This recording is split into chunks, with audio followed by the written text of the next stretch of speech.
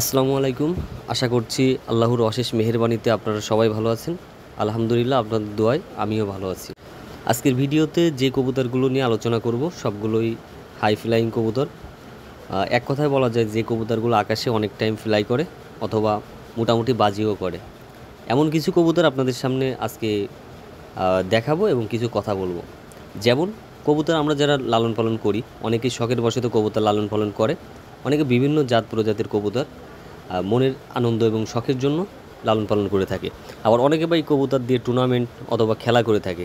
অনেকে রেস করার জন্য অনেক দূর থেকে সেরে আসে। কিছু প্রজাতির কবুতর আছে। সাধারণত রেসিং কবুতর সম্পর্কে যদি আপনারা মোটামুটি ধারণা নিতে চান, তাহলে রেসিং কবুতর দিয়ে ইউটিউবে সার্চ দিলে আপনারা দেখতে পারবেন বিভিন্ন প্রজাতির রেসিং কবুতর আছে, যেগুলো হচ্ছে অনেক দূর থেকে সেরে আসলে বাসায় আসতে সক্ষম হয়। হয়তোবা সেই কবুতরগুলো অনেক হাইটে ফ্লাই করে না বা অনেক লং টাইম ফ্লাই করে না। তবে আজকে যে কবুতরগুলো আপনাদের সামনে উপস্থাপন করলাম, এখানে অধিকাংশ কবুতরই আপনার অনেক টাইম আকাশে ভেসে থাকতে পারে বা অনেক হাইটে ফ্লাই করে। যেমন পাকিস্তানি, এখানে কামাগার আছে, ডাবলা আছে, টেডি আছে, এমন কিছু প্রজাতির কবুতর আপনাদের সামনে উপস্থাপন করলাম এবং বিস্তারিত সাথে সাথে জানানোর চেষ্টা করছি। অনেক হাইটে বলতে যে কবুতর ভ্যানিশে চলে যায়, মেঘের ভিতরে চলে যায় বা আরও উপরে চলে যায়। যখন কবুতরটা অনেক উপরে চলে যায় তখন কবুতরের ছোট যে শরীরটা, এটার আমাদের চোখে আর দেখা যায় না, অথবা এটা আমরা ভ্যানিশ বলেই আখ্যায়িত করি। তবে কবুতর হচ্ছে ভ্যানিশের কিছু ঘন্টা থাকার পর আবারও মোটামুটি আমাদের চোখে আয়ত্তের মধ্যে চলে আসবে। তো এমনইভাবে কিছু কবুতর আছে, এমনও হয় সকালে উড়াইলে সন্ধ্যা পর্যন্ত আকাশে ফ্লাই করে। তো এটা হচ্ছে আপনাদের কবুতরের কোয়ালিটি এবং কবুতরের হচ্ছে সঠিক মেনটেনেন্স। এই জিনিসটা করতে পারলে কবুতর ভালো টাইম ফ্লাই করবে। যদিও অবশ্যই তার ব্লাডে ফ্লাইট থাকা লাগবে, অনেক লং টাইম আকাশে ভেসে থাকার অ্যাবিলিটি তার ভিতরে থাকা লাগবে, সেই কবুতরের ভিতরে থাকা লাগবে। তাহলে সেই কবুতরটা দিয়ে আপনি সারাদিন ফ্লাই করাতে পারবেন বা লং টাইম ফ্লাই করাতে পারবেন। ধরেন সাপোজ আপনি একটি গাধা দিয়ে 10 মণ মাল টানানোর চেষ্টা করতেছেন, অথচ তার সক্ষমতা হচ্ছে 2 মণ জিনিস সে টানতে পারবে। তো তাকে দিয়ে ট্রেনিং করাচ্ছেন, তারে এক্সপার্ট বানাচ্ছেন, কিন্তু সে কিন্তু 10 মণ মাল আর টানতে পারবে না, সে তার 2 মণ মালই টানতে পারবে। ঠিক তেমনই কবুতরের ক্ষেত্রে, যে কবুতর আপনার 7-8 ঘন্টা ফ্লাই করবে বা 10 ঘন্টা ফ্লাই করবে, সেই কবুতরের পিছনে যদি আপনি সময় দেন, শ্রম দেন, অবশ্যই একটা পর্যায়ে যে সে এমন টাইম আকাশে ভেসে থাকতে পারবে। এটা যারা টুর্নামেন্ট খেলেন, ভালো অভিজ্ঞতা খামারি আছেন, তারা অবশ্যই আমার এই মতামতের সাথে তাদের মতামত মেলবে। কারণ তারা অবশ্যই এই বিষয়টা বিবেচনা করেই সেই কবুতরের পিছনে সময় দিয়ে থাকেন, সেই কবুতর নিয়ে কাজ করে থাকেন, তার পিছনে শ্রম দিয়ে থাকেন। তাহলে তার থেকে ভালো ফলাফল পেতে পারেন। তো এমনইভাবে পাকিস্তানি কবুতর হচ্ছে আপনাদের টুর্নামেন্ট খেলার সময় এই কবুতরের পিছনে আপনারা ভালো টাইম ইনভেস্ট করে থাকেন, কারণ এই কবুতর দিয়ে অ্যাভেলেবেল এই কবুতরের রেজাল্ট আছে বা এই কবুতরের সুনাম আছে, সুখ্যাতি আছে, যার কারণে এই কবুতরের পিছনে মানুষ সময় দেয়। কারণ আন্দাজে পড়ে আপনি একটা দেশি কবুতর, সাপোজ আমাদের যে দেশি জেনারেশন যে কবুতরগুলো আছে, এইগুলো সাপোজ যে কোনো টাইম, এনি টাইম হচ্ছে আমাদের বাংলাদেশের ওয়েদারে ফ্লাইং করানো সম্ভব হয় বা ফ্লাই করে। কিন্তু এদের ভিতরে হচ্ছে অরিজিনাল যে ব্লাড লাইন, এই ব্লাড লাইনটা আমাদের সাধারণ যারা নতুন পালক আছে তারা চিনে উঠতে পারে না। কিন্তু একটা পাকিস্তানি কবুতরের সাধারণভাবেই তার একটা গেট আপ, তার একটা কোয়ালিটি, যে কেউ দেখলেই বুঝতে পারে যে হ্যাঁ, এটা একটা পাকিস্তানি জেনারেশন, এটা দিয়ে এটা কাজ করানো সম্ভব বা এটা ভালো ফ্লাই করবে। তো এদের মধ্যেও ঠিক ভালো ব্লাডের এবং হচ্ছে কোয়ালিটির একটা সমঝচ্ছতা আছে। তো সেইগুলো বিবেচনা করে কিন্তু এটা হচ্ছে একটা নতুন পালকও 50-60% চিনে উঠতে পারে, যে একেবারে বিগিনার লেভেলে। আর যে হচ্ছে ভালো চেনে, সে আরও ভালো কোয়ালিটির কবুতরগুলো যাচাই বাছাই করতে পারবে বা চিনতে পারবে। অনেক সময় দেখা যায় যে একটি ভালো কবুতর, পাকিস্তানি জেনারেশনের কবুতর, তার বাচ্চা ভালো টাইম ফ্লাই করতেছে না। আবার অনেক সময় দেখা যায় যে একটি নর্মাল জেনারেশন পাকিস্তানি কবুতরের বাচ্চা ভালো টাইম ফ্লাই করতেছে। এটা আসলে তার কোয়ালিটি, তার হচ্ছে মেনটেনেন্স, তার হচ্ছে ইসের পরে ডিপেন্ড করবে, ফ্লাইংয়ের পরে ডিপেন্ড করবে যে সেটা কতটুকু ফ্লাইং করবে বা কত হাইটে ফ্লাই করবে, কেমন টাইম ফ্লাই করবে। তো এটা হচ্ছে আসলে কবুতরের ভিতরে ফ্লাইয়ের একটা ব্যাপার স্যাপার আছে। যেমন হ্যাঁ, পাকিস্তানি কবুতরের কিছু বৈশিষ্ট্য ভালো। পাকিস্তানি কবুতরের ফ্লাইংয়ের যে কবুতরগুলো অনেক টাইম আকাশে ফ্লাই করে বা ভালো ফ্লাই করতে পারে, সেই কবুতরগুলোর হচ্ছে পাখার একটা বৈশিষ্ট্য আছে। পাখার বৈশিষ্ট্য, ফেদারগুলো, একটা হচ্ছে পাকিস্তানির মোটা ফেদারের পাখা আছে, আর একটা হচ্ছে চিকন ফেদার।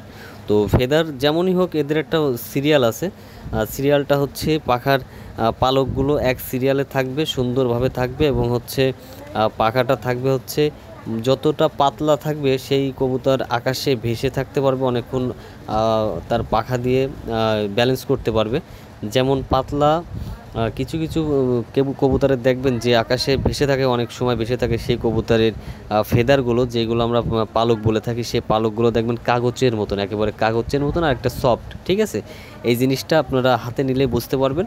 এটা জাস্ট আমার অভিজ্ঞতা থেকে আপনাদেরকে আমি বলছি, হাতে নিলে বুঝতে পারবেন। যেমন হচ্ছে যখন ফেদারটা টান দেবেন তখন ফেদারটা একটা নিজস্ব একটা সামঞ্জস্যতা, একটা টন টাইট একটা ফিল করবেন, আপনাদের নিজের থেকে এটা ফিল করতে পারবেন একটা ভালো কবুতর। আর অবশ্যই পাখাগুলো সফট এবং হচ্ছে দেখতেও সুন্দর হবে আর কাগজের মতন। ঠিক আছে, অনেক পাতলা হবে। যেগুলো মোটা হয় সেগুলো যে ওড়ে না এমন না, মানে এটা একটা ভালো কবুতরের বৈশিষ্ট্য, আপনারা তার ফেদারের বৈশিষ্ট্য। আর একটা হচ্ছে পাকিস্তানের বন্ধ দম, ভালো একটি কবুতরের বন্ধদমের বিবেচনা করা হয় সেই কবুতরটি হচ্ছে বাতাসে ব্যালেন্স করে অন্য জায়গায় চলে যাচ্ছে কিনা, আবার অনেক বাতাস হলে নিচের দিকে আপনার বাসায় নামতে পারবে কিনা। ঠিক আছে, তার ব্যালেন্স হচ্ছে দমটা দেখবেন যে হচ্ছে অনেক কবুতরে খোলা থাকে বা হালকা খোলা থাকে, অনেকটা বন্ধ থাকে। তো বন্ধ দমের সুবিধা কি, এই কবুতরটা হচ্ছে যখন বাজ পাখিতে ধরবে বা হচ্ছে অন্যদিকে ভেসে যাচ্ছে বাতাসে, ঠিক আছে, তখন দমটা ওরা ভালোভাবে ব্যালেন্স করতে পারে। আর দম যেগুলো খোলা সেগুলো কি হয়, বাতাসে ভেসে ভেসে অনেক দূরে চলে যায়।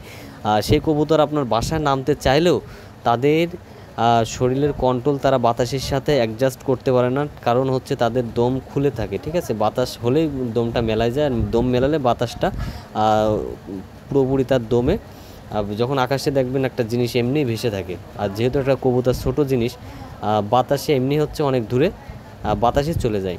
তো ব্যালেন্সটা যদি না করতে পারে এইভাবে, কবুতরটা দেখা যাচ্ছে আপনার বাসা থেকে বিচ্ছিন্ন অনেক দূরে চলে যেতে পারে বা হারিয়ে যাওয়ার সম্ভাবনা বেশি থাকে, যার কারণে ব্যালেন্সটা অনেক সময় মেনটেন করে। কবুতর ভালো ওড়ে, কিন্তু যদি বাসায় না নামতে পারে তখন সেই কবুতরের কোনো রেজাল্ট বা ফলাফল গণনা করা হয় না। তো সেই গেল একটা বিষয়। আর একটা বিষয় হচ্ছে কবুতরের পা।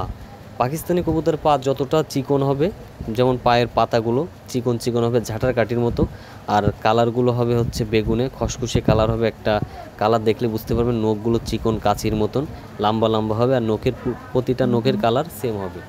তো সেম এটা হচ্ছে আপনার অরিজিনাল র ব্লাড লাইনের কবুতরের নিদর্শন, যেগুলো ভালো ফ্লাই করে। আর পাটা হবে চিকন, পায়ে কোনো লোম হবে না। ঠিক আছে, পায়ে কোনো প্রকার লোম হবে না, একটা ভালো পাকিস্তানি কবুতরের পায়ে আর লোম হবে না।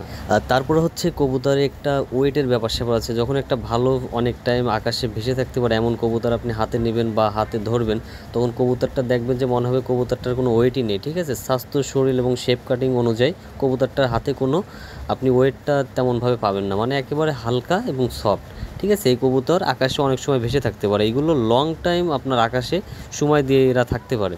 এগুলো হচ্ছে লং টাইমের জন্য যারা ফ্লাই করায় সেসব কবুতরের বৈশিষ্ট্য। সাধারণতভাবে দেখেন কিছু কিছু কবুতর ওড়ে অনেক দূর থেকে আসতে পারে, আর সেই কবুতরগুলো এতটা হালকা হয় না, যেগুলো আপনার লং টাইমে আকাশে ভেসে থাকার যে কবুতরগুলো।